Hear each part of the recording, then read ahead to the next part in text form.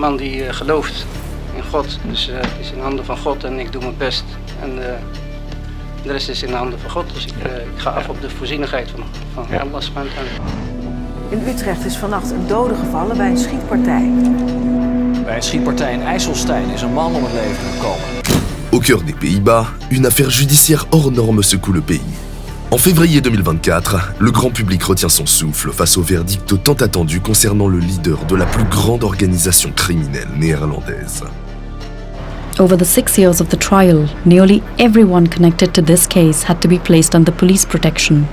Lawyers, judges, witnesses, and family members.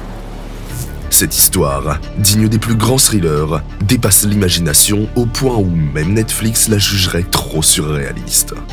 Un empire criminel où règne la loi du silence, où quiconque collabore scelle son destin. Plus glaçant encore, dans leurs messages cryptés, les membres du groupe décident du sort de leurs victimes en quelques minutes à peine. Cette réalité est bien plus sombre que ce que les médias ont pu révéler jusqu'à présent. Et croire que tout s'arrêterait avec l'incarcération serait naïf. En 2015, la police lance une grande opération. À ce moment-là, personne ne pouvait imaginer à quel point cette affaire allait devenir importante. Habituellement, les enquêtes policières sont menées après qu'un meurtre a été commis. Cette fois-ci, la police décide d'inverser l'approche en ciblant un gang de voleurs de voitures hautement professionnels. Ces voitures rapides sont non seulement utilisées pour des liquidations, mais aussi pour attaquer des distributeurs automatiques d'argent à travers l'Europe. La police monte une opération ambitieuse, en plaçant discrètement un émetteur sous une Audi S5 volée par ce gang. Cette voiture, vendue par la suite, mène les enquêteurs à 2 garage box où ils découvrent une deuxième voiture volée, cette fois une Audi RS6. La police déploie alors tous ses moyens techniques pour surveiller les lieux, installant des appareils d'écoute et des caméras. Après plusieurs semaines d'observation, les enquêteurs dressent un portrait précis du groupe. Des hommes originaires d'Utrecht avec des profils divers, majoritairement dotés d'un lourd casier judiciaire, parmi lesquels 2 figures centrales, Werner, surnommé Devil, et Jawad, alias Book. Petit à petit, la police comprend comment ce groupe fonctionne. Chaque voiture est préparée avec soin avant d'être utilisée pour des crimes. Dans les conversations enregistrées, les bandits discutent de leurs armes. Ils insistent aussi pour toujours porter des gants afin de ne pas laisser d'empreintes. Ces enregistrements sonores révèlent l'existence d'un véritable centre de formation destiné à éliminer méthodiquement leurs rivaux. Comme la police, ils utilisaient aussi des outils pour espionner leurs rivaux. Dans cette enquête 26 coopère, on découvre qu'ils ont acheté 2 traceurs GPS très sophistiqués au Spy Shop. Prix total, 7 000 € payés en liquide. Ces appareils sont normalement impossibles à repérer, mais les policiers restent cette fois vigilants. Ils observent comment le gang pose un de ces traceurs sous la voiture d'une cible potentielle. Pour éviter qu'une exécution ne se produise sous les yeux de la justice, la police n'a d'autre choix que d'avertir la personne visée. Quelques semaines plus tard, le 15 juillet 2015, la police décide d'intervenir. Dans le domicile des suspects, la police découvre des cartes SD contenant les images de 5 hommes inconnus, manifestement surveillés et filmés en secret. Mais la véritable surprise attend les enquêteurs dans un entrepôt fréquenté par le groupe. Derrière la porte d'un box de stockage qu'ils enfoncent, se cache l'une des plus importantes saisies d'armes jamais réalisées. Un véritable arsenal de guerre. L'interrogatoire des hommes ne mène nulle part car ils invoquent leur droit au silence. Ce mystère sera finalement élucidé des années plus tard, lorsque le décryptage des messages révèle le rôle de leur dirigeant, Ridwan. Le même jour, juste après que la police a fouillé les lieux, il envoie des messages à Mario, aussi appelé Piet, pour savoir ce que la police a trouvé. Sur par Divai et par Bock, ils vont rien trouver, non. Il parle de Devil et Book, 2 membres du gang qui viennent d'être arrêtés. Il veut s'assurer que la police ne pourra pas remonter jusqu'à lui à travers eux. Il veille aussi à ce que les armes et les drogues qui n'ont pas été saisies soient cachées en lieu sûr. Qui a ces armes? Elles sont cachées chez quelqu'un, non? Et la drogue, on la planque où? Explique-moi tout ça. Il essaye d'avoir des avocats le plus vite possible pour savoir exactement de quoi ils sont accusés et ce qu'il y a dans le dossier. Il sait que les armes trouvées vont leur causer de gros ennuis. Écoute, je sais pas exactement ce qui se passe ni comment tout ça va se résoudre, mais la situation est tellement grave qu'il n'y a pas de mots. Rien que pour les armes, ils risquent au moins 5 ans. Zakaria LH, un membre du groupe, va voir un avocat qui lui explique ce que la police sait. C'est ainsi que Ridwan apprend progressivement les détails de l'enquête. Il m'a dit qu'ils ont commencé cette enquête en mars à cause des voitures volées, les Audi S5 et RS6. Quand l'Audi S5 a été vendu, les gars étaient déjà sous surveillance, car la police avait placé un traceur GPS sous la voiture. Un détail révélateur concerne l'Audi volé, où la police avait caché un traceur. La voiture avait des problèmes de batterie constants, si graves qu'il fallait la changer. L'un des membres du groupe avait alerté ses complices sur le fait qu'une batterie ne se déchargeait pas aussi rapidement sans raison, évoquant la probable présence de traceurs policiers. Mais personne ne l'a écouté. Je leur ai dit 5 fois de vérifier ces voitures, car l'équipement que la police installe décharge les batteries. Le groupe cherche alors à savoir exactement ce que la police a découvert. Ils veulent surtout comprendre quelles preuves la police possède et qui d'autre dans l'équipe de Ridwan pourrait être arrêté. Ok, sœur, il nous faut des tireurs en position et tu dois t'éloigner immédiatement en attendant qu'on puisse accéder au dossier. Ce message montre deux choses. Premièrement, le groupe cherche de nouveaux tireurs pour continuer ses activités normalement. Deuxièmement, Mario reçoit le conseil de partir loin des perquisitions pour ne pas être arrêté. On apprendra plus tard qu'il est un suspect dans l'affaire Cooper. Dis-moi combien d'argent il te faut et prends-le. Je m'occupe de tout. Je t'ai laissé faire comme tu voulais jusqu'ici. Mais maintenant, on va travailler à ma façon. Par sa façon, il cherche à envoyer un message sans équivoque à la société. Collaborer avec la police équivaut à signer son arrêt de mort. Rappelons-nous que son groupe avait acheté du matériel de surveillance au Spy Shop pour 7 000 €. La preuve a été trouvée dans un carnet chez Werner Devil. Après l'intervention de la police, le groupe a commencé à se méfier du Spy Shop, pensant que le magasin collabore peut-être avec la police, ce qui expliquerait pourquoi ils se sont fait arrêter. Les membres du groupe, gagnés par la paranoïa, se sont mis à chercher l'employé du magasin qu'ils soupçonnaient d'avoir aidé la police, notamment en fournissant du matériel modifié. Un message d'un membre du groupe confirme cette suspicion. Ils nous ont complètement arnaqués en nous vendant le matériel et en nous trahissant. Qui sait tout ce qu'ils ont pu dire sur nous? Ils ont vu les voitures, ont prétendu que tout était bon, alors qu'ils voulaient juste nous piéger. Mao, qui est le frère de Mario et un ami d'enfance de Ridwan, commence aussi à douter. Il fait partie des membres importants du gang depuis longtemps, et maintenant il se demande si le magasin Spy Shop ne serait pas en fait une façade de la police. C'est dingue, c'est pas possible. Qui sont vraiment ces gens? Ne me dis pas que le Spy Shop fait partie de la police? Mao n'est pas sûr de comment la police a découvert leurs activités. Était-ce à cause de l'Audi garé dans le garage ou parce que quelqu'un du magasin Spy Shop les a dénoncés? Alors comment on a été repéré? Est-ce à cause de ce box de garage ou à cause des gars du magasin d'espionnage? Quelle que soit la vérité, une unité d'action est rapidement mise en place par le groupe. Moins de 2 mois plus tard, un événement dramatique se produit. Afgelopen najaar, woensdagavond 9 september. De politie doet sporenonderzoek op de rendier in Huizen. Zojuist is hier de 59-jarige Ronald Bakker met pistoolschoten om het leven gebracht. Ce soir-là, alors qu'il rentrait du travail, Ronald est tombé dans un guet-apens. Un tueur l'attendait devant son domicile pendant que sa femme se trouvait à l'intérieur. Je savais que ça se passerait comme ça. Un spectacle en direct pour sa femme. Ça traître qui joue double jeu, fils de... Le groupe avait liquidé un innocent. Ronald n'était même pas le propriétaire du magasin comme il le croyait, mais simplement un employé.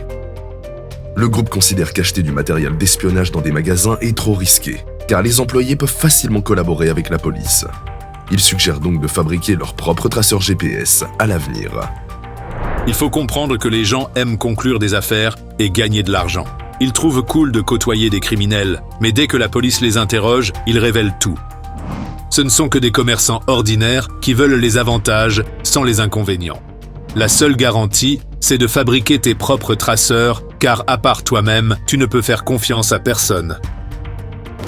La police s'est rendue au Spy Shop pour questionner le personnel et vérifier les comptes. Ils voulaient trouver un lien avec le carnet trouvé chez Devil. Mais tout cela n'est arrivé qu'après avoir découvert le dépôt d'armes. Ils ont minutieusement examiné la comptabilité trouvée chez Divai. À une certaine date, il y a une trace d'achat de 7 000 € pour un ensemble GPS. L'avocat affirme qu'il sera difficile de nier cette preuve comptable. En plus de tout cela, Ridwan veut aussi attaquer le magasin d'espionnage. Le groupe a même commandé des armes, y compris un bazooka, s'ils peuvent en trouver un. Il y aura maximum 2 ou 3 employés, mais c'est l'effet qui compte comme ça. Le message sera clair. Ces babs vont pleurer pour ce qu'ils ont fait. Ça enverra un message clair à tous ceux qui voudraient témoigner. Ils savent que le propriétaire et sa femme vivent au-dessus du magasin, mais cela ne les arrête pas dans leur plan. Dis-moi ce qu'il faut et fixe un prix clair pour éliminer ces traîtres. Ridwan veut attaquer le magasin soit avec un bazooka, soit avec des grenades à main. Les 2 options sont envisagées. Walid et Arthur, surnommés Depp, sont chargés de cette mission. Depp, qui est déjà connu de la police et qui s'occupe habituellement des voitures du groupe, apparaît même dans les photos de l'enquête Cooper. Après avoir parlé avec Mario, Walid obtient un bazooka. Comme il ne sait pas s'en servir, on lui dit qu'il y a un mode d'emploi avec l'arme. J'ai regardé, mais le texte est en russe. Je sais pas exactement comment ça fonctionne. Le tireur devrait savoir s'en servir. Ils n'ont pas encore trouvé de tireur.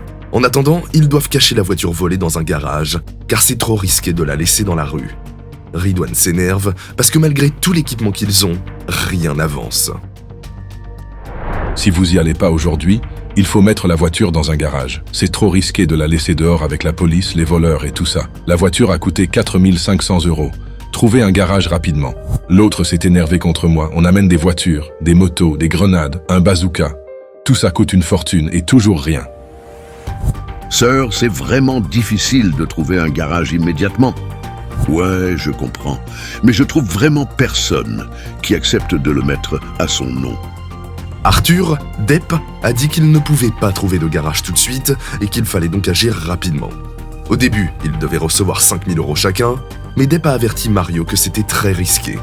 Il a mentionné qu'un homme avait pris 18 ans de prison pour avoir attaqué un tribunal avec un bazooka. Ils ont finalement négocié 15 000 € à partager entre deux. Comme Depp ne savait pas utiliser un bazooka, il a proposé d'utiliser des grenades à la place. Mais j'ai jamais utilisé ce genre d'engin, haha. J'ai pas fait l'armée, hahaha. On passe aux grenades. Je voulais utiliser le bazooka, mais j'arrive pas à m'en servir. C'est trop dangereux quand on sait pas ce qu'on fait. Et franchement, ça me fait vraiment peur, tu vois ce que je veux dire. Un gros problème se pose. Les fenêtres sont protégées par des volets roulants. L'équipe a une solution simple. Ils vont d'abord faire un trou dans le volet avec un outil spécial, une meuleuse, puis casser la vitre pour pouvoir lancer les grenades dedans. Tu perces la porte, puis tu casses la fenêtre. Tu balances les grenades à l'intérieur et on file. Après, retour à la maison, on récupère l'argent et tout le monde est content, haha. Le plan se termine mal. Le 19 octobre 2015, pendant la nuit, les 2 hommes sont en voiture. Ils aperçoivent une voiture de police et paniquent. En voulant s'échapper, ils roulent beaucoup trop vite. Ils perdent le contrôle de leur Audi et terminent leur course dans des buissons. La police fouille minutieusement les lieux de l'accident et la voiture. Elle découvre des cagoules, des gants et une meuleuse d'angles. L'équipe s'inquiète, ils n'ont plus de nouvelles de leurs 2 hommes. Ils savent que la police va sûrement garder Depp en prison, car il est déjà connu des services de police et il est lié à l'enquête Cooper. Un membre de l'équipe fait remarquer: Depp n'aurait jamais dû s'impliquer, il est trop cramé. Inch'Allah qu'ils ne reconnaissent pas Depp et le libèrent. Plus tard, ils apprennent que Depp est à l'hôpital après que la police l'a arrêté. On savait qu'il était arrêté, mais pas qu'il était à l'hôpital. C'est vraiment la merde. Son arrestation était inévitable. Inch'Allah qu'il s'en remette et qu'il garde simplement la bouche fermée. À ce moment-là, la police ne pouvait pas lire les messages cryptés échangés au sein du groupe. Elle ne savait donc pas que les 2 hommes avaient prévu d'utiliser des grenades. Les policiers n'ont jamais trouvé ces grenades, mais elles auraient pu être cachées dans les buissons près de l'accident ou ailleurs. Malgré plusieurs tentatives, leurs plans ont échoué. Depp s'en est bien sorti, bien qu'impliqué dans l'enquête Cooper, il n'a pas été poursuivi par la police. Cette chance lui permettra de poursuivre sa collaboration avec le groupe. On en reparlera plus tard.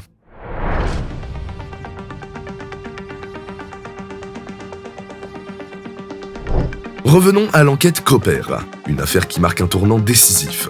L'enquête prend une nouvelle dimension lorsque la police découvre que ce groupe installe des traceurs GPS sous divers véhicules. Le 24 juin, ils avertissent Chino, l'une des cibles, que sa vie est en danger. Mais ce n'est que le début, Quelques jours plus tard, un témoignage bouleversant vient tout chambouler. Ibrahim, surnommé le boucher, se présente au commissariat. La voix tremblante, il révèle une vérité glaçante. Chino n'est qu'un leurre. C'est lui, le boucher, la véritable cible. Son témoignage est stupéfiant. Lors d'une course-poursuite en Belgique, il identifie l'un de ses poursuivants, un certain Bouk, né Joey et devenu Jawad après sa conversion à l'islam, une figure déjà bien connue. Face aux enquêteurs, le boucher dévoile tout. Jawad serait un exécuteur au service du redoutable Ridwan. À ses côtés opère Saïd R, dit le Chauve, qui dirige les opérations en tant que bras droit. Un système bien rodé où Ridwan désigne personnellement les cibles à éliminer. Mais l'histoire ne s'arrête pas là. Outre le boucher et Chino, un troisième homme se trouve dans leur ligne de mire. Ranko, connu dans le milieu sous le nom de Hugo, lui aussi filmé à son insu par le groupe de Koper. En 2015, tous les trois ont fait des déclarations à la police. Le boucher, notamment, a fait des révélations fracassantes sur l'organisation de Ridwan. Mais il ne savait pas que ses ennemis avaient déjà accès à son témoignage. La preuve est venue plus tard. Des clés USB retrouvées chez la sœur de Ridwan ont démontré que le gang possédait le dossier confidentiel de l'enquête Koper depuis fin 2015. Avant de poursuivre, précisons un point essentiel. Toutes ces personnes sont impliquées dans le trafic de drogue. Il ne s'agit en aucun cas d'innocents. Il est également important de noter qu'ils se connaissent mutuellement, certains ayant déjà même collaboré ensemble dans leurs activités criminelles. Concernant le boucher, même si les raisons précises de la surveillance et des tensions demeurent obscures, un fait est certain. Malgré tous leurs efforts, les hommes de Ridwan ne parviennent pas à le localiser. Ils sont persuadés que quelqu'un le protège. Ils soupçonnent même Bagdad, l'un de leurs propres membres, car il connaît bien les amis du boucher. On s'attendait pas à ça, hein? À ce que ce gangster Bagdad protège le boucher. Je pense que ces gars essaient de t'avoir ou de nous avoir. Ouais, absolument à 100% sûr, à 100%. Tu devrais aussi te mettre à l'abri, rester tranquille. Ces types sont des gens méprisables. On doit tout apprendre sur eux avant de savoir comment les attaquer. Dans cette affaire, Bagdad est soupçonné mais reste en réalité loyal à Ridwan. Pourquoi ces soupçons? C'est simple, Bagdad est ami avec Hugo, qui fait partie du groupe du boucher. Le groupe de Ridwan pense donc que Bagdad pourrait savoir où se cache le boucher. Mais le groupe du boucher est malin. Ils savent que Bagdad travaille avec Saïd, le Chauve. Ils peuvent ainsi utiliser Hugo comme intermédiaire pour faire passer de fausses informations sur le boucher au groupe de Ridwan via Bagdad. Saïd reçoit de Bagdad l'information que le cercle du boucher serait à Tanger au Maroc, mais Ridwan n'y croit pas une seconde.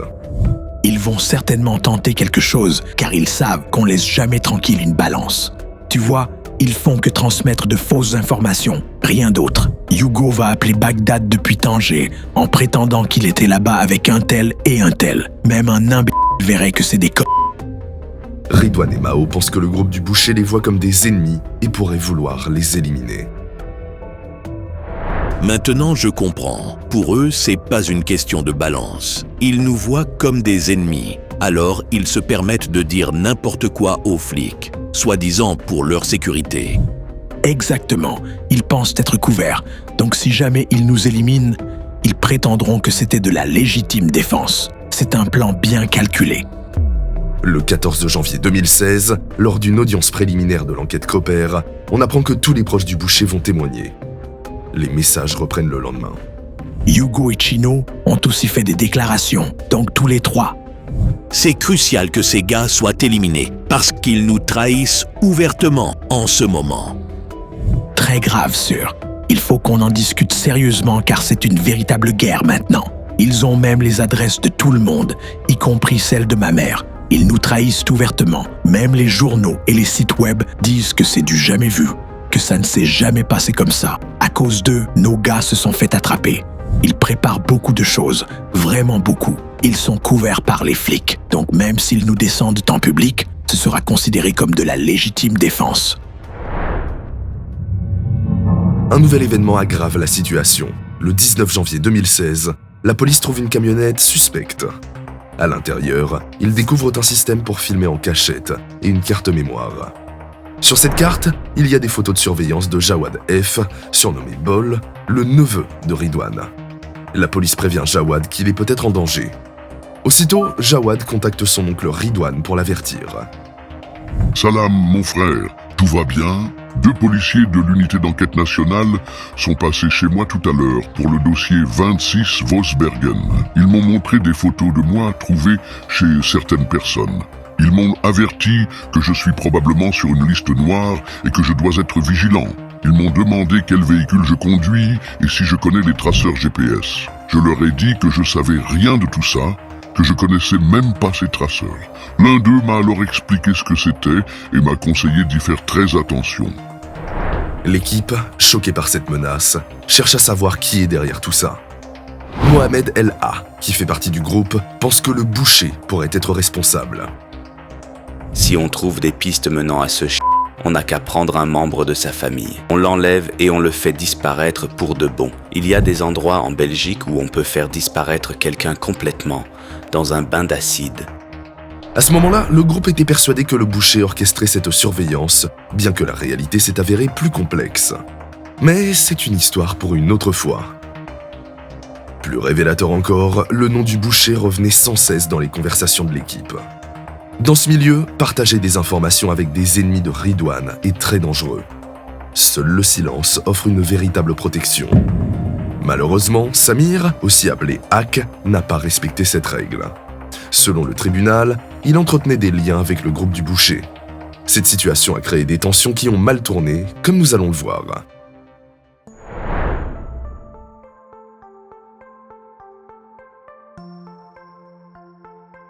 Revenons sur ce qui est arrivé à Samir, Hak.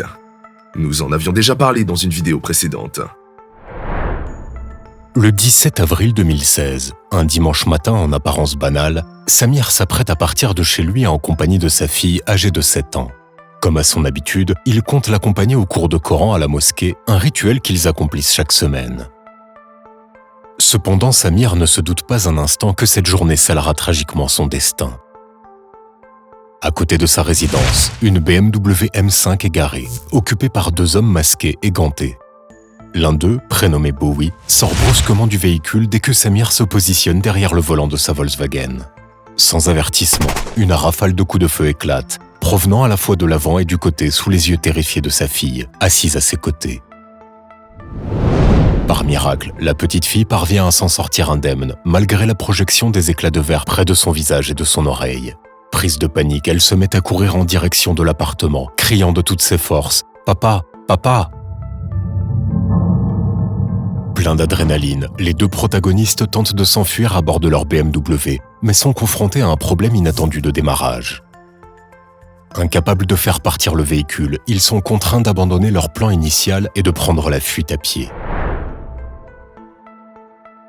De l'autre côté, un voisin attentif à la scène se précipite pour intervenir. Voyant la gravité de la situation, il saute dans la voiture de Samir, le place sur le siège passager et le transporte en urgence à l'hôpital, dans l'espoir de le sauver. Samir est décédé le même jour à l'hôpital. L'attaque n'a pas marché comme prévu car la voiture de fuite, une BMW, ne démarrait pas. Les attaquants ont dû s'enfuir à pied et la police en a attrapé un tout de suite. À cette période, pendant que Mario était en détention provisoire dans l'affaire Copper, c'est Morad T, le frère de Ridwan, qui dirigeait l'opération, selon le ministère public. La M5 qu'ils utilisaient est toujours sur place et fait l'objet d'une analyse des traces. Depp, qui s'occupe habituellement des voitures, avait bien préparé cette BMW M5, mais même lui ne comprend pas pourquoi elle n'a pas démarré. Cette p*** de M5 qui voulait pas démarrer, les flics l'ont maintenant. Nom de Dieu.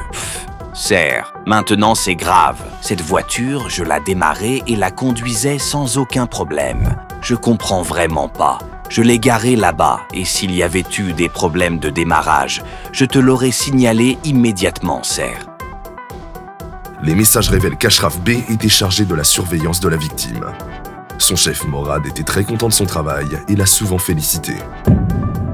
Le parrain lui-même a dit que si vous agissez en plein jour, vous serez tous bien récompensés. Pas de panique ni de stress, il a dit. Restez calme et avec style. Ah merci frère, voilà. De rien frangin, vous le méritez. Vous montrez plus d'engagement que tous mes gars précédents. Vous avez du cran, vous maîtrisez votre travail et vous êtes parfaitement coordonnés. C'est exactement ce que j'apprécie, du vrai travail de pro. Vous ne reculez devant rien, et surtout, vous utilisez votre tête. Le parrain est satisfait. C'est pourquoi vous méritez cette reconnaissance. Vous formez une d'équipe, frangin. Soyez-en fiers. Si vous continuez ainsi, vous irez très loin. Après ce discours motivant, le lendemain matin, Ashraf, qui surveille le secteur de la liquidation, informe Morad. Mec, il y a plein de flics là-bas. Le groupe ignore encore la situation. Ashraf essaye sans succès de contacter le tireur et se rend au point de rendez-vous prévu. Mais c'est trop tard. Le tireur a été arrêté par la police. Quand le groupe apprend la nouvelle, ils envoient rapidement Ashraf et d'autres guetteurs pour nettoyer la chambre du tireur. Ils doivent faire vite, avant que la police ne vienne chercher des preuves. Ok, frérot. Fais-moi savoir où tu vas mettre tout ça. Enlève absolument tout de sa chambre. Nettoie la porte avec de l'ammoniac avant de partir. Ne laisse aucune trace. Oui, t'inquiète frère, ça va bien se passer. On est en train de nettoyer cette maison entièrement. La chambre est presque nettoyée. J'ai retiré les objets les plus importants et les ai bien cachés chez un ami. Il ne reste que les couvertures ici. Enlève ces couvertures et jette-les, frère. Il faut retirer tout ce qui pourrait contenir de l'ADN. Mais n'oublie pas de mettre des gants. Ok, frère.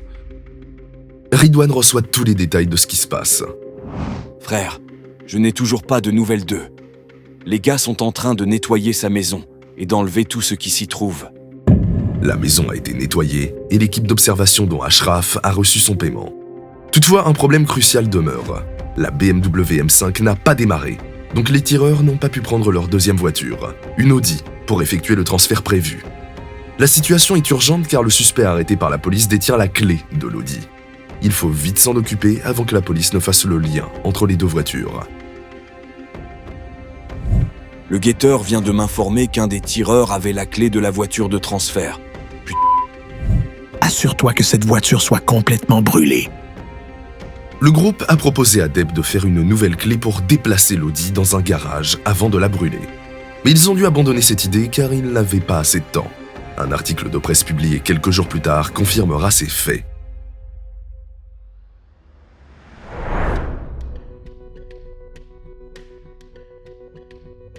Après avoir liquidé Samir, aussi appelé Hack, Ridwan voulait faire passer un message fort au groupe du boucher. Il voulait leur montrer qu'il n'hésiterait pas à aller jusqu'au bout dans ce conflit. Même si le boucher retirait ses déclarations maintenant, c'était trop tard. Il n'y avait plus de retour en arrière possible. Ok, c'est réglé pour ce Hack, ce fils qui balance des infos sur nous. Selon le ministère public, Hack aurait transmis des informations à Mousse, un baron de la drogue et rival juré de Ridwan. Toutefois, l'hypothèse la plus probable est qu'il a été éliminé pour avoir en effet divulgué des informations au groupe du boucher. Ouais, c'est l'ami du boucher, Chino Pleur. Il lui a donné toutes les infos. Ce type était avec nous depuis 30 ans et nous a trahis. Maintenant, sa mère peut pleurer. Ce fils de... S'ils veulent la guerre, elle ne s'arrêtera jamais. Et ce mec a donné toutes les infos au boucher ou à la police? C'était vraiment ton ami? Hack était autrefois proche de Ridwan. Ils appartenaient au même gang dans leur jeunesse. Mais lorsque Hack a transmis des informations à leurs ennemis, Ridwan a agi sans hésitation, démontrant qu'il n'épargne personne, pas même ses amis de longue date. Ce fils de... a donné toutes les infos au boucher. Il passait ses journées avec Chino et son petit frère, alors qu'il était mon apprenti depuis 30 ans. Un tournant décisif survient dans l'histoire, en particulier pour Saïd, dit le Chauve. Bien qu'il se soit toujours tenu à l'écart de la guerre de Ridwan et qu'il ne soit pas du genre curieux, son attitude change radicalement en mai 2016 à Utrecht. Ce jour-là, alors qu'il se repose au Platinum Lounge, un établissement qui sert de quartier général au groupe et appartient à sa famille, il repère des hommes en train de faire une surveillance devant le club et dans une voiture. Convaincu que ces hommes sont envoyés par le boucher, il en déduit qu'il prépare son enlèvement. Quand Ridwan apprend ce qui se passe, il met Saïd en garde. La situation est très dangereuse et il ne devrait pas se promener comme si de rien n'était. Je te l'ai déjà dit, ils peuvent t'attraper aucun d'entre nous. Mais toi, tu continues à traîner là-bas, comme si de rien n'était, alors que tout le monde sait que tu es notre frère. C'est une guerre très grave, je te l'ai expliqué trop souvent. Tu crois que c'est un jeu. Tout le groupe est alors alerté de la situation. Hier, le boucher a essayé de faire enlever un de nos gars. Ok, Ok, le chauve a failli se faire kidnapper. Il dit que c'est le boucher. Saïd croit reconnaître des proches de Bagdad dans cette tentative d'enlèvement. Mais Ridwan, lui, dit clairement que Bagdad n'a rien à voir avec ça et il dit à Saïd de ne pas chercher les problèmes avec lui. Moi, je connais la vérité. Toi, tu sais absolument rien, seulement ce que tu entends dans la rue. Frère, ne mets pas en doute mes informations. Je gère ça 24 heures sur 24. Qu'est-ce que tu comprends pas? Tu veux que le boucher s'endorme ou qu'il continue à parler pour rien?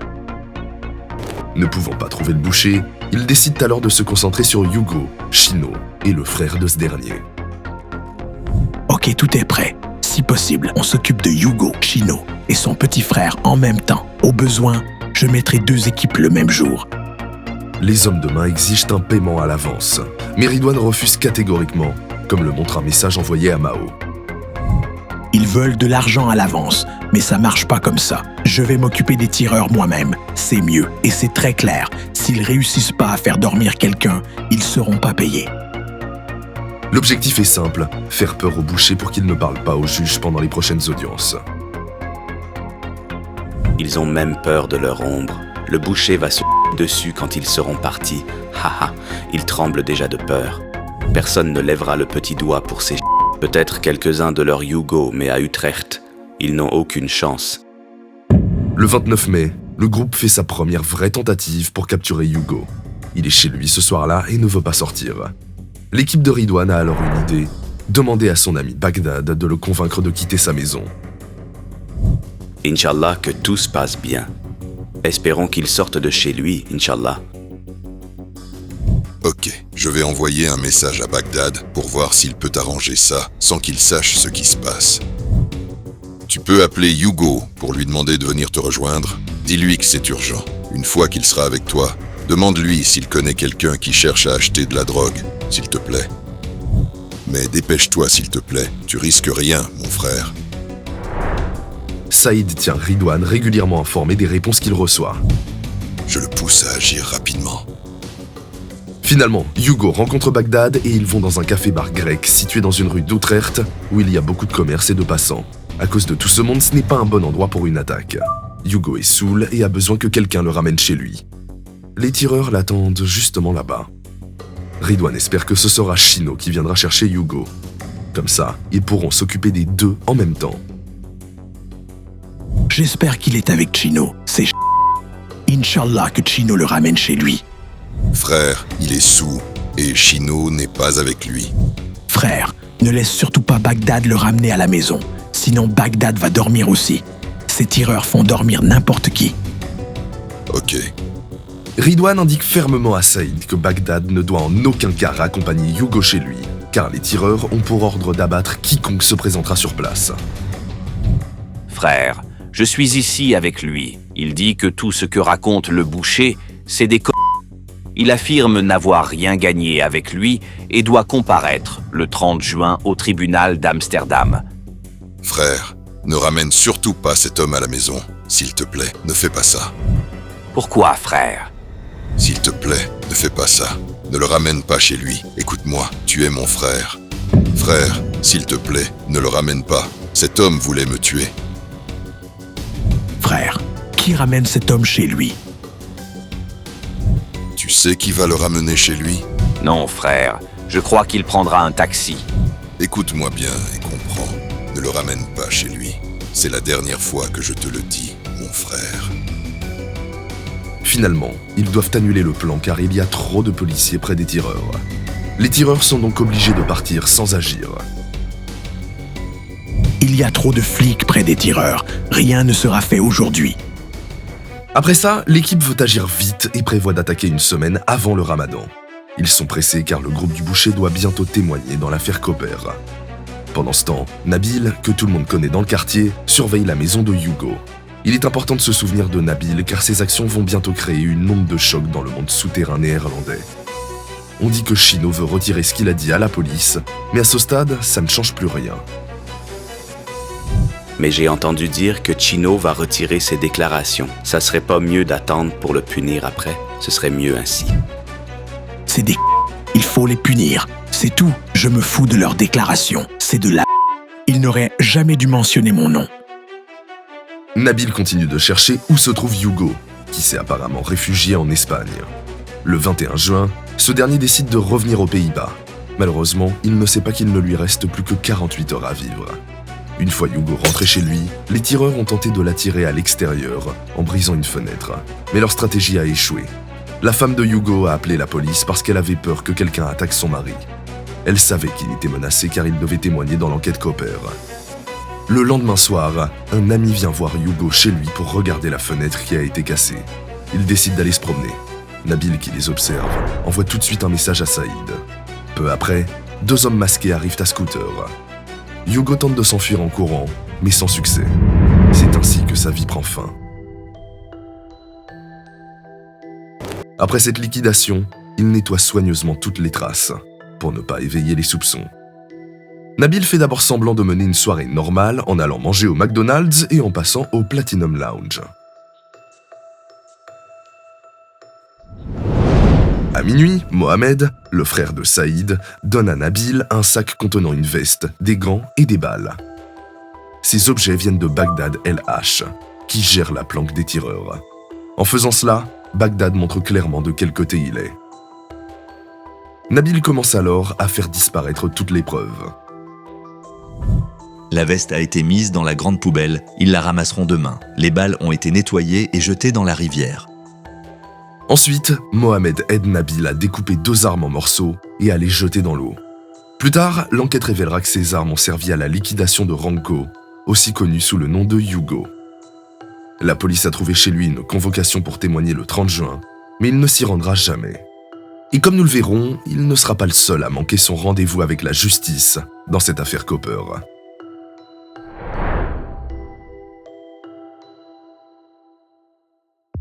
Revenons en arrière.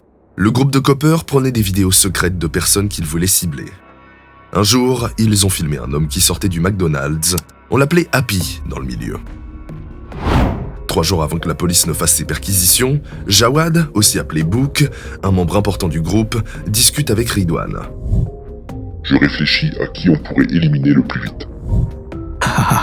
Ce fils de Happy, on doit s'en occuper. Ce pose problème. Ok, Sir, tu as d'autres infos? Il est à Rotterdam maintenant. Après l'heure du dîner, ils se retrouvent tous au chicha. Ok, Sir. Après le ramadan, il ira certainement dans le quartier marocain. On va poster les guetteurs là-bas. La police a interrogé Happy plusieurs fois après avoir découvert des vidéos de lui. Au début, il ne disait pas grand-chose. Il a finalement avoué qu'il pensait être menacé à cause d'une dette impayée. Quelle qu'en soit la véritable raison, après les arrestations liées à l'enquête Copper, le projet de l'éliminer semble avoir été mis en pause pendant plus de 6 mois. Cependant, la situation change lorsqu'Happy se présente comme témoin lors d'une audience préliminaire dans l'enquête Copper en janvier 2016.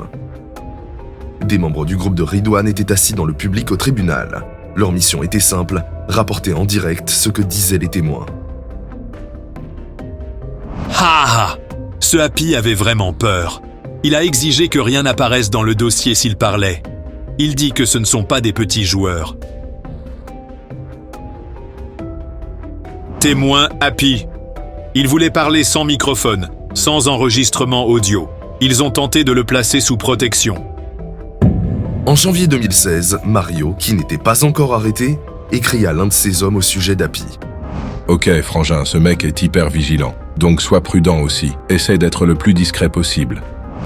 Il sait parfaitement ce qu'il a fait. C'est une balance et maintenant ils veulent même en faire un témoin à charge. Donc ce doit disparaître. Le procureur voulait qu'Happy témoigne devant le juge le 8 juin 2016. Cependant, il n'a jamais pu s'y présenter. Pour mieux comprendre ce qui s'est passé, il faut parler de JJ, un rappeur connu qui fréquentait les amis de Ridwan. Au début de 2016, JJ et Happy semblaient être amis et s'envoyaient des messages sur WhatsApp pour organiser des sorties. En avril, JJ invite Happy au Club Nova, prétextant une affaire d'argent. Cette nuit-là, un ami d'Happy reçoit un appel alarmant. D'une voix effrayée, Happy révèle que 8 hommes le retiennent contre sa volonté. Il demande à son ami d'appeler la police s'il ne donne pas de nouvelles dans les 30 minutes. Sans réponse d'Happy, son ami alerte la police. 1 heure plus tard, Happy rappelle pour dire qu'il va bien et qu'il a quitté le club. Les jours suivants, JJ et Happy échangent des messages. Yo, tu joues vraiment à cache-cache maintenant? Ils n'ont vraiment pas le temps pour ces Regarde ton de téléphone. Et laisse-moi te donner ton de truc. Il me faut mon argent. Une relation d'affaires tendue existait entre les deux hommes. Un mois plus tard, Happy acceptait un rendez-vous qui semblait ordinaire, mais qui allait se transformer en piège fatal. Dit is de flat Kickenstein in Amsterdam Zuidoost. Maandagochtend 9 mei rond 5:30 heeft een bewoner 112 gebeld dat hij harde knallen hoorde of er iemand even kon komen kijken of er niks aan de hand was. Dat was er helaas wel. De knallen waren schoten. De politie treft op een galerij een zwaargewonde man aan die ondanks hun reanimatiepogingen ter plekke overlijdt. JJ a piégé Happy en l'attirant dans un endroit où il a été liquidé. La justice l'a puni avec 18 ans de prison pour sa complicité. Le tribunal pense que Ridwan voulait se débarrasser d'Happy, surtout à cause de l'affaire Copper. Mais les juges n'ont pas trouvé de preuve que Ridwan avait commandité cette liquidation ou que JJ agissait pour lui. JJ aurait pu avoir ses propres motivations pour tendre un piège à Happy. En conséquence, le tribunal a prononcé l'acquittement de Ridwan pour cette liquidation.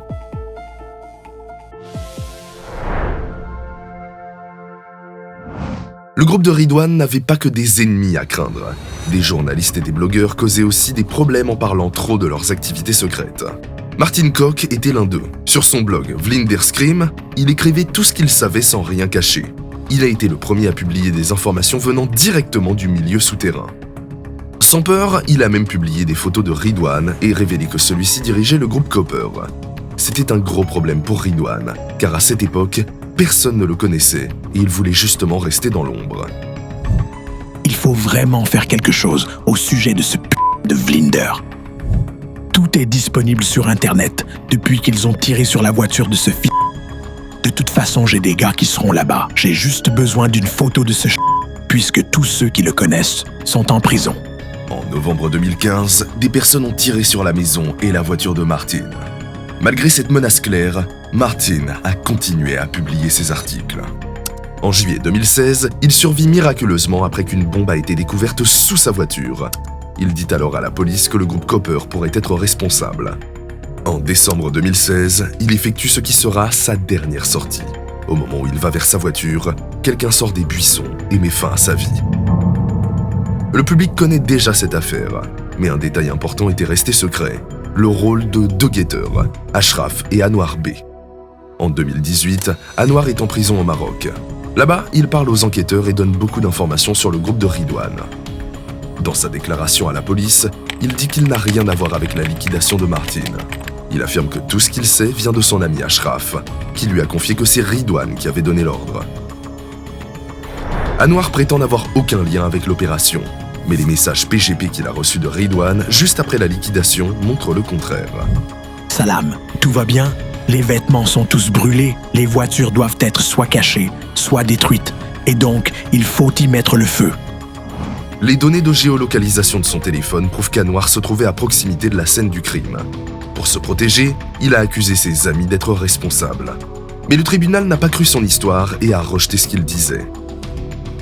En fait, avec son ami Ashraf, ils avaient une mission simple: brûler les voitures qui avaient servi au crime et jeter les téléphones cryptés dans la rivière.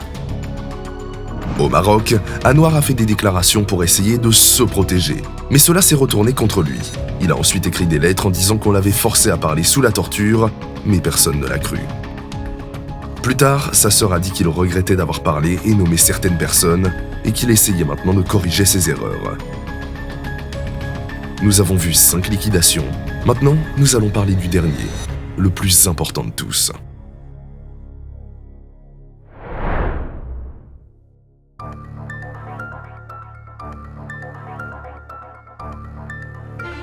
Fin 2016, Nabil, un jeune d'Utrecht, travaille pour le groupe de Ridwan. Saïd lui demande de trouver des voitures, surtout des Audi, la voiture préférée des criminels.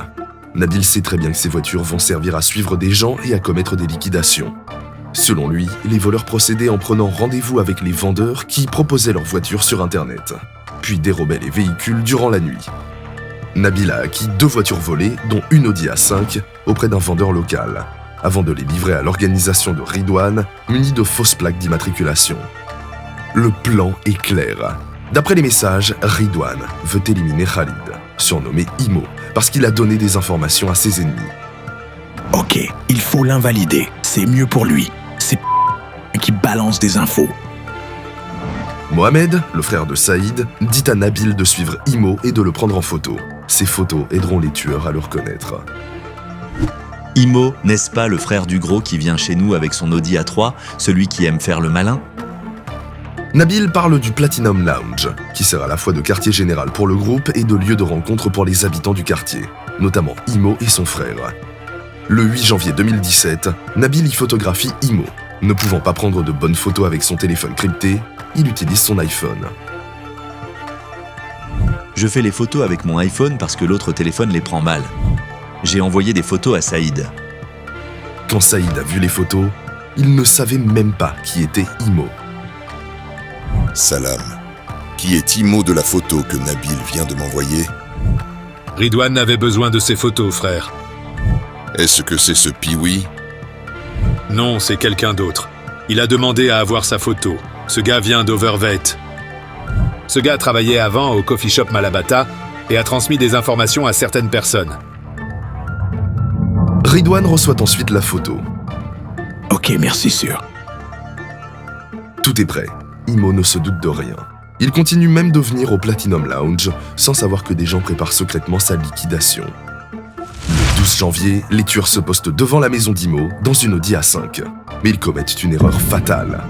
Ils liquident un certain Hakim au lieu d'Imo. Hakim appartient aussi à une famille influente d'Utrecht. Après cette mission ratée, l'équipe s'enfuit et incendie leur voiture un peu plus loin. Le lendemain, il recommence à chercher Imo, mais cette fois, il fait plus attention. Quand il rentre chez lui, il fait plusieurs fois le tour du quartier pour voir si quelqu'un le suit. Il faisait des tours de surveillance, donc les guetteurs ont été repérés et ont dû reculer. Saïd s'oppose à ce que l'attaque se déroule au Platinum Lounge, un établissement lié à sa famille. Il craint qu'une fusillade n'entraîne sa fermeture permanente. Le groupe opte donc pour tendre une embuscade à Imo près de son domicile, mais l'intervention de la police fait de nouveau échouer leur plan.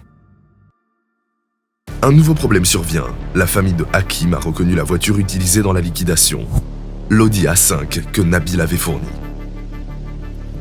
C'est chaud, ils me cherchent.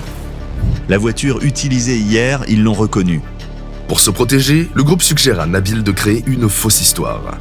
Il invente alors que la voiture a été vendue à un certain Danny d'Amsterdam. Il raconte cette version à la famille de Hakim, comme on peut le voir dans son message à Saïd.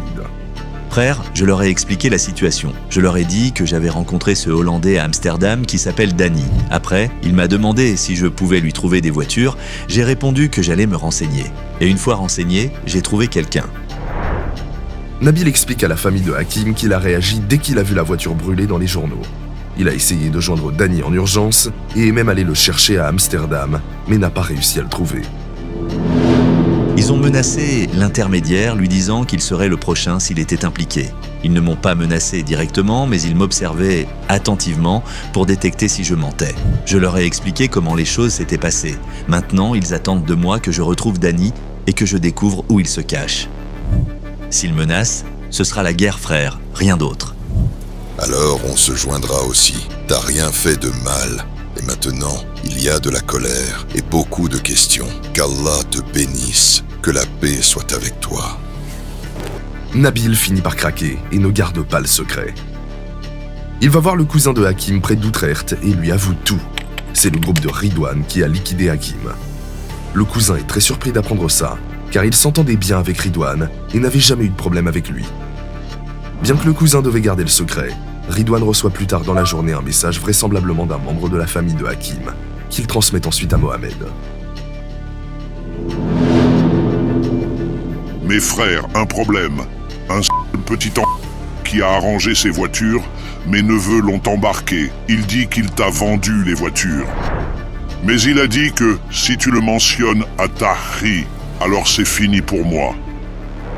Nabil sait que dire le nom de Ridwan, c'est risquer sa vie. Il sait que je vais faire dormir quiconque prononce mon nom. Saïd lui avait bien parlé, et maintenant il ose dire mon nom en cachette. Le 14 janvier 2017, Nabil est arrêté à Amsterdam avec une arme. En réalité, c'était un plan organisé avec son avocat pour le protéger. Une fois en prison, il avoue être menacé par deux groupes, la famille de Hakim et l'organisation de Ridwan. Il reconnaît aussi avoir participé à des liquidations et accepte de tout raconter à la police. Pendant 4 mois, du 26 janvier au 18 mai 2017, il fait 41 déclarations secrètes. Pour s'assurer que Nabil disait la vérité, il a été gardé seul, sans contact avec l'extérieur. Il ne pouvait pas lire les journaux ni regarder les informations. En dépit de ces conditions strictes, il a fourni des détails précis sur les affaires auxquelles il avait participé, ainsi que sur les confidences que lui avaient faites ses amis Saïd et Mohamed. Nabil savait que la justice examinerait ses déclarations en détail avant d'accepter toute collaboration. Il était conscient qu'un mensonge sur ses actes ou une fausse accusation annulerait immédiatement l'accord. Ce qu'il ignorait, c'est que les enquêteurs auraient accès aux serveurs Enetcom et PGP, révélant une grande quantité de messages qui pourraient confirmer ou infirmer ces déclarations. Le tribunal note que ces messages PGP valident largement les déclarations de Nabil, avec une exactitude souvent exceptionnelle. Cette concordance a mené à la signature le 27 décembre 2017 d'un accord avec les Pays-Bas faisant officiellement de Nabil un témoin de la couronne. Suite à cela, il a passé des années à témoigner, créant un dossier énorme de 3000 pages. Mohamed a été le premier suspect arrêté, ce qui a lancé le grand procès Marengo. Les avocats des accusés ont dépeint Nabil comme un menteur pathologique et un manipulateur froid, uniquement motivé par son intérêt personnel et empreint d'un sentiment de supériorité. Nabil lui-même a reconnu qu'il resterait toujours un criminel et qu'il pouvait mentir si ça l'arrangeait. Le tribunal a pris note de cet aveu et a également constaté qu'il avait menti sous serment à propos des téléphones qu'il détenait dans sa cellule de prison. Les enquêteurs ont découvert sur son iPhone des messages montrant qu'il cherchait à obtenir une importante somme d'argent pour sa protection et sa nouvelle vie. Ces demandes, bien que potentiellement suspectes, sont survenues uniquement après la signature de l'accord avec la justice et n'ont donc pas invalidé celui-ci.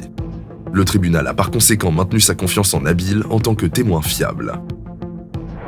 Ik heb niks met moorden te maken en ook niet met een criminele organisatie. Ik vind het ook verschrikkelijk dat de kroongetuige altijd maar geloofd wordt. U heeft kunnen zien hoe de officieren er ook altijd alles aan doen om hem te redden met zijn leugens. Après Mohamed, les arrestations se succèdent, notamment celles des frères Mao et Mario au Suriname en 2019. Mais c'est la traque de Ridwan qui mobilise le plus de ressources.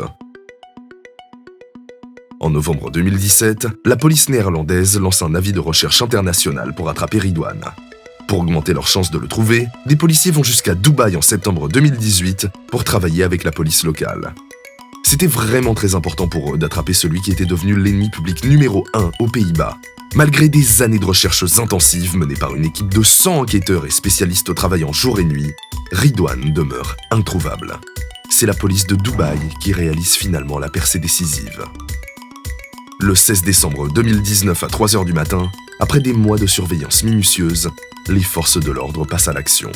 Lors du raid, ils trouvent Ridwan dans son salon, assis tranquillement avec sa compagne devant la télévision, en train de boire et de fumer. Vanmorgen heeft onze korpschef het verlossende telefoontje gekregen van de korpschef van Dubai dat Ridwan T. is aangehouden in Dubai. Une opération éclair s'organise en quelques heures. Malgré l'absence de traité d'extradition, les autorités de Dubaï acceptent de transférer Ridwan vers les Pays-Bas. Le 18 décembre 2019, des agents néerlandais et un médecin se rendent à l'aéroport de Dubaï. Pour accélérer le processus, Dubaï décide simplement d'expulser Ridwan en tant qu'étranger indésirable, évitant ainsi une longue procédure d'extradition. Sur le tarmac de l'aéroport international de Dubaï, une file de voitures noires s'approche d'un avion en attente. Ridwan, masqué et menotté, est escorté hors du véhicule. À l'annonce de son transfert par les policiers néerlandais, sa réponse est surprenante. « Merci, merci, merci !» L'avion décolle de Dubaï à minuit. Après une escale technique à Bucarest à 3h02, il atterrit à Eindhoven à 5h10, aux premières lueurs de l'aube. Un hélicoptère s'élève alors de l'aéroport d'Eindhoven. Destination, la prison de haute sécurité de Vught. L'homme le plus recherché des Pays-Bas a finalement regagné son pays, mais cette fois-ci, derrière les barreaux. Selon ses confidences à la police de Dubaï, il se sentait déjà prisonnier avant son arrestation et préférait être capturé plutôt que de continuer à vivre dans la peur. Désormais, il a enfin trouvé la paix. Mais Ridwan n'était pas le seul à vivre dans la peur. Son complice Saïd demeurait en fuite. La dernière pièce du puzzle allait tomber en 2020. Dans les hauteurs luxueuses de Medellín, en Colombie, se cache le deuxième homme le plus recherché des Pays-Bas. Une opération secrète se prépare pendant des mois après une information cruciale. Saïd, surnommé le Chauve, aurait été repéré dans la ville. Les enquêteurs déploient d'abord des moyens technologiques sophistiqués. Un avion équipé de systèmes d'écoute survole la ville nuit après nuit. Mais Saïd reste introuvable, se protégeant grâce à l'utilisation d'un vieux téléphone impossible à tracer. C'est finalement sa pratique religieuse qui le trahira. Chaque vendredi, les agents repèrent un homme mystérieux qui se rend à la mosquée, dissimulé sous une casquette et des lunettes de soleil.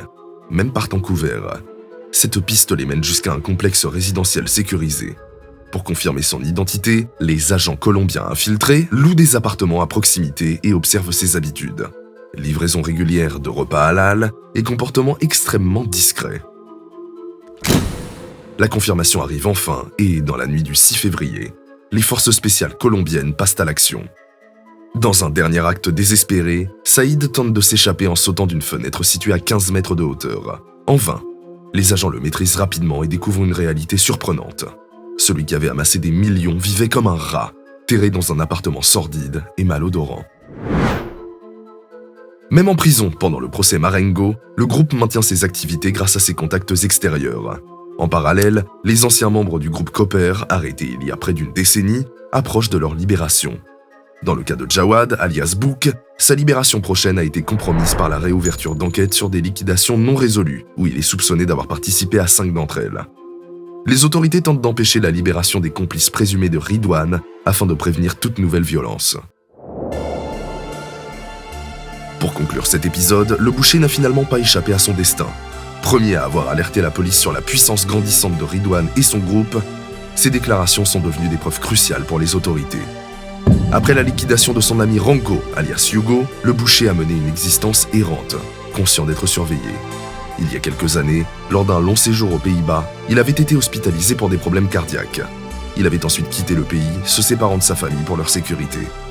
Ces précautions se sont révélées insuffisantes. L'homme a été liquidé dans sa cachette du sud de l'Espagne en 2022, marquant ainsi la fin de son chapitre. Le procès Marengo s'achève sur un verdict historique. En février 2024, face à la gravité des crimes commis, la justice prononce la seule sentence possible, la réclusion à perpétuité pour Ridwan. C'est la fin d'une des plus grandes affaires criminelles qu'ont connues les Pays-Bas. Na bijna 6 jaar en meer dan 140 zittingsdagen eindigt vandaag de behandeling van de zaak Marengo bij de rechtbank. Ridwan Taghi krijgt levenslang. Saïd krijgt levenslang. Mario krijgt levenslang.